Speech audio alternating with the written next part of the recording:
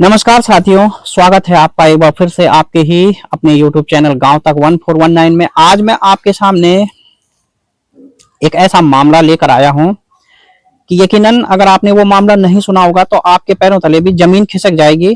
और ये सब घटनाएं हो रही हैं हमारी देवभूमि में। तो जी हाँ, आज एक बार फिर से भ्रष्ट पुलिस अधिकारियों की एक और मिसाल। देवभूमि जिसे हमारा उत्तराखंड जिसके नाम से प्रसिद्ध है, वहां की पुलिस किस तरह राक्षसों का रूप धारण की हुई है, किस तरह लोग पुलिस से परेशान हैं, ये आज की घटना भी जब आप सुनेंगे तो आपको यकीनन पता चल जाएगा। ऐसा नहीं है कि ये पहली घटना है, इससे पहले भी हमारी देवभूमि उत्तराखंड में ऐसी कई घटनाएं हो चुकी हैं जिनके गंभीर आरोप हमारे उत्तराखंड के पुलिस पे लगे हुए हैं।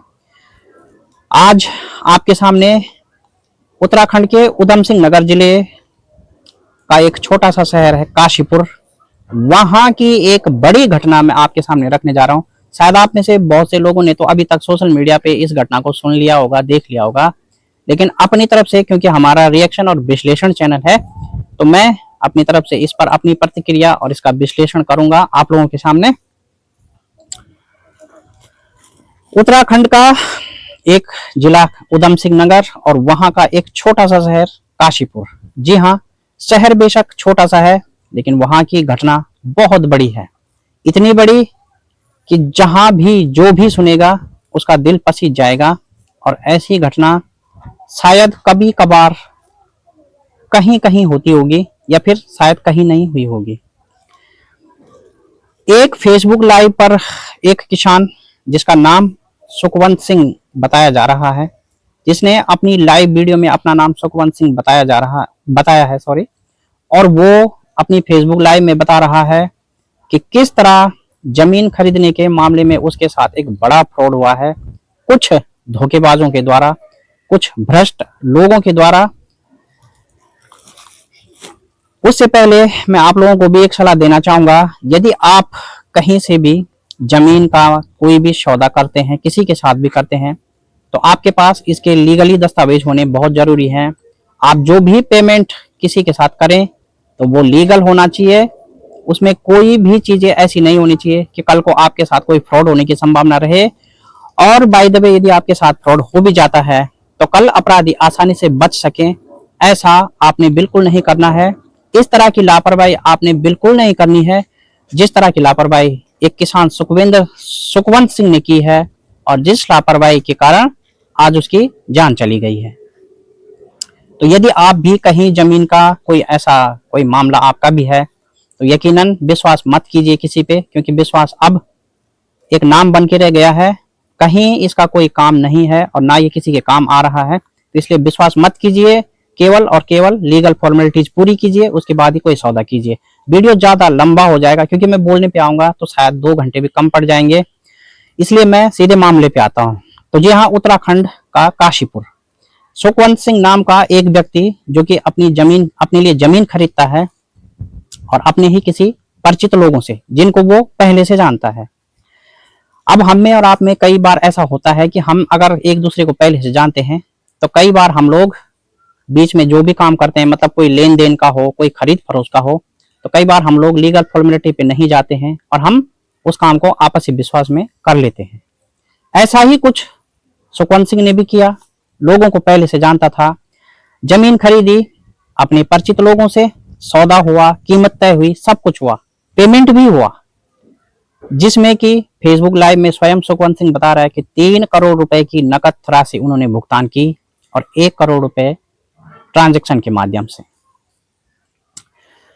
अब 4 करोड़ रुपए में सौदा तय हुआ था, जिसमें 3 करोड़ नकद और 1 करोड़ बैंक भुगतान, मतलब जो भी था वो ऑनलाइन वगैरह का सिस्टम उससे हुआ था। अब सुखवंत सिंह के साथ ये लोग फ्रॉड कर लेते हैं। इनकी संख्या काफी ज्यादा बता रहा है वो व्यक्ति। क्यों? क्योंकि वो लोग बहुत ज्यादा हैं, जिसमें महिलाएं भी शामिल हैं।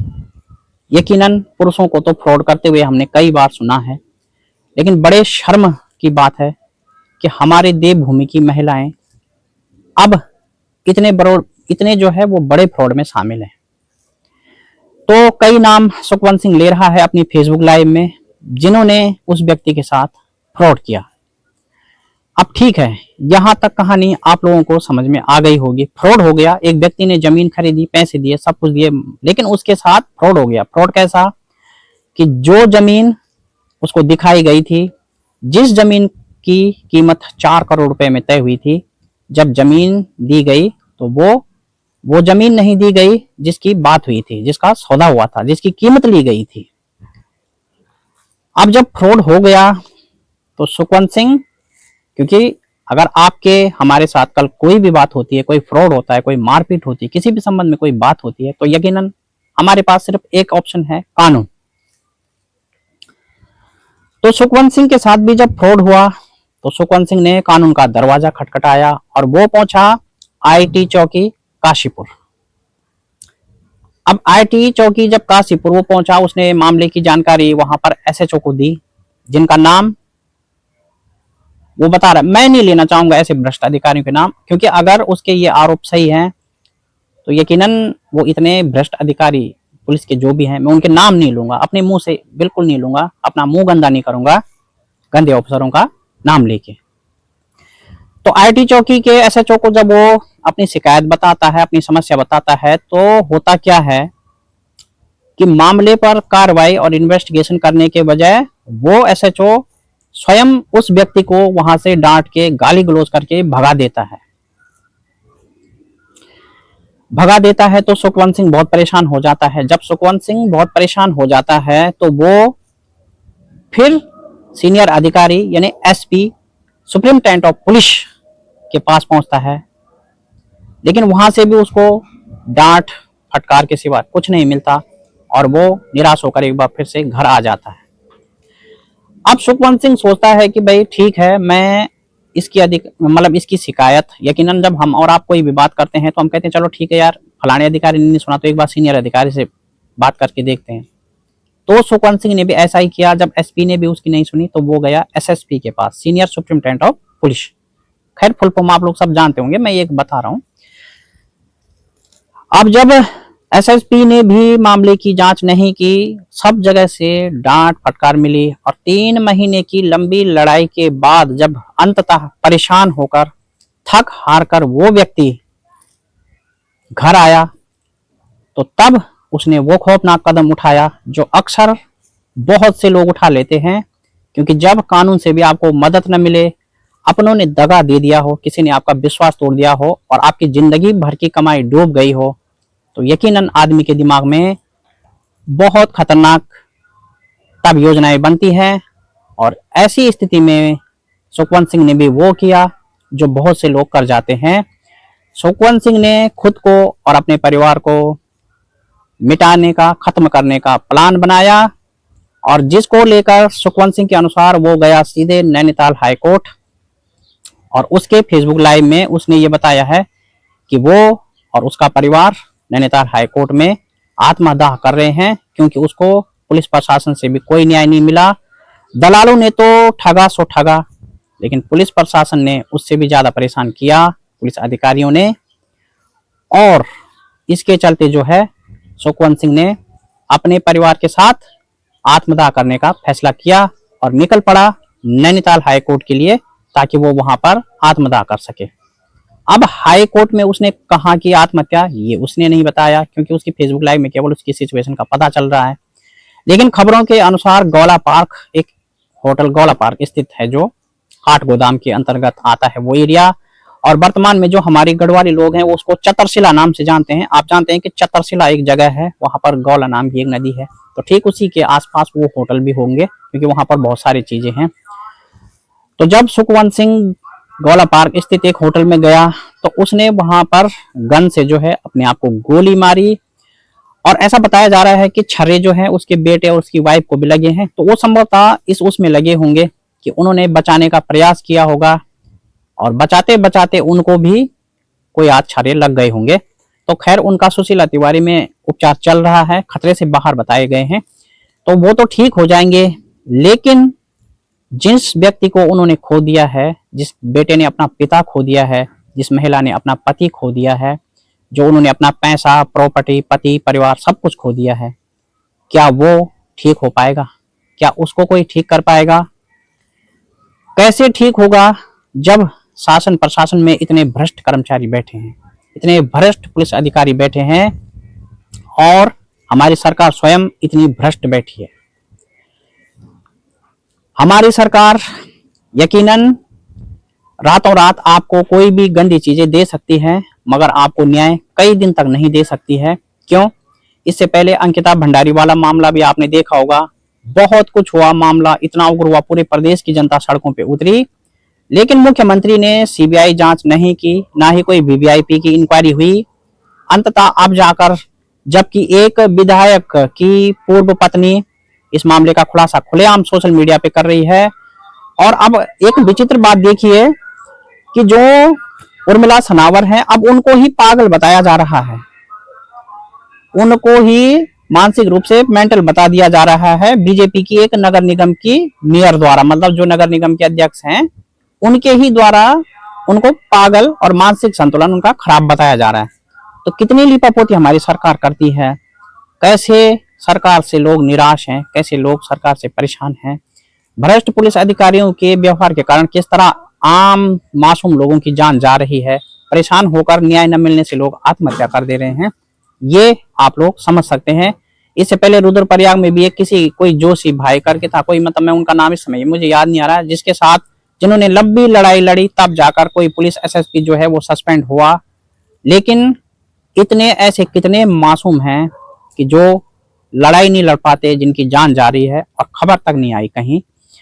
तो अब मामले को तूल पकड़ते देख, मामले की स्थिति को देखते हुए, जनता के आक्रोश को देखते हुए, फिलहाल इसकी जांच एसएसपी नैनीताल को सौंप दी गई है। एसएसपी नैनीताल द्वारा ये बताया जा रहा है कि वो मामले की बारीकी से इन्वेस्टिगेशन करेंगे, हर पहलू पर विचार करेंगे और जो भी इसमें दोषी पाया जाएगा कानून के अनुसार उस पर वैधानिक कठोर से कठोर कार्रवाई की जाएगी। लेकिन मैं शासन प्रशासन से केवल इतना पूछना चाहूंगा कि जो अब एसएसपी साहब कह रहे हैं, काश वो काशीपुर के एसएसपी ने किया होता, काश वो इन्वेस्टिगेशन समय से हो जाती, और काश सुखवंत सिंह को आपकी पुलिस ने कोऑपरेट किया होता, और काश उत्तराखंड की पुलिस समय रहते एक मासूम व्यक्ति की अगर मदद कर लेती, उसकी आवाज सुन लेती, उसकी परेशानी सुन लेती, तो शायद एक परिवार, एक व्यक्ति की जान बच जाती, एक परिवार का सब कुछ लूटने से बच जाता, एक परिवार अनाथ बेसहारा होने से बच जाता। और केवल एक परिवार की कहानी नहीं, अभी तो अगर हमारे पुलिस अधिकारी समय रहते सही काम करें, जनता के साथ कोऑपरेट करें, उनकी मदद करें जिसके लिए वो रखे गए हैं, तो शायद कई परिवार टूटने से बच जाएंगे, कई परिवार बेसहारा होने से बच जाएंगे। लेकिन देवभूमि की हमारी पुलिस इतनी कठोर, इतनी निर्दयी और इतनी दुष्ट बनी हुई है, ये बात यकीन नहीं हो रहा है, इस बात पे विश्वास नहीं होता। हिमाचल का भी एक ऐसा मामला आया था जब 8 पुलिसकर्मी एक को अपराधी सिद्ध करने में, अपने मेडल पाने के चक्कर में क्रूरता की वो हदें पार कर लेते हैं। तो कैसी है हमारी देवभूमि में आखिर पुलिस इतनी पापी क्यों है, क्यों लोगों के साथ ऐसा कर रही है? ये बात आप लोग सोच सकते हैं, समझ सकते हैं।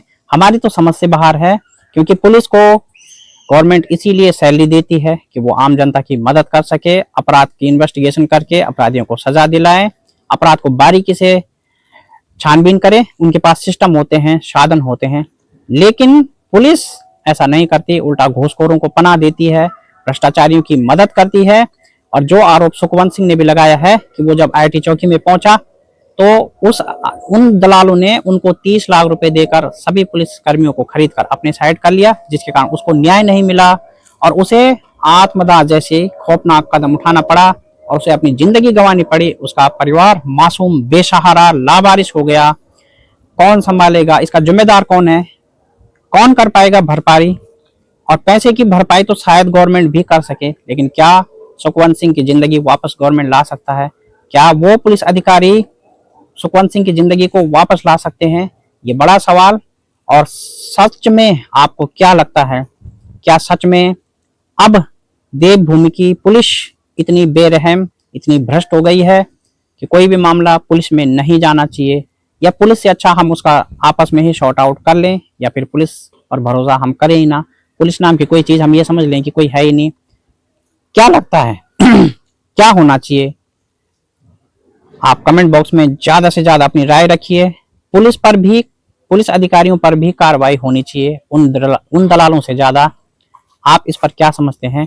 अपनी राय ज्यादा से ज्यादा शेयर कमेंट सेक्शन में करें, और वीडियो को प्लीज ज्यादा से ज्यादा शेयर करें, ताकि फिर कोई दलाल किसी को न ठग पाए, कोई मासूम किसी दलाली में न फंस पाए, और कोई इस तरह से कानून का शिकार न बन पाए। शिकार बोलूंगा मैं, क्योंकि कानून मदद के लिए होता है, लेकिन यहाँ कोई व्यक्ति शिकार बन गया, तो ऐसा न होने पाए। इन सब चीजों के लिए प्लीज वीडियो को ज्यादा से ज्यादा शेयर कीजिए, और मैं फिर किसी नेक्स्ट गंभीर मुद्दे पे आपसे मिलता हूँ। तब तक के लिए बहुत बहुत धन्यवाद। जय हिंद, जय भारत, जय उत्तराखंड।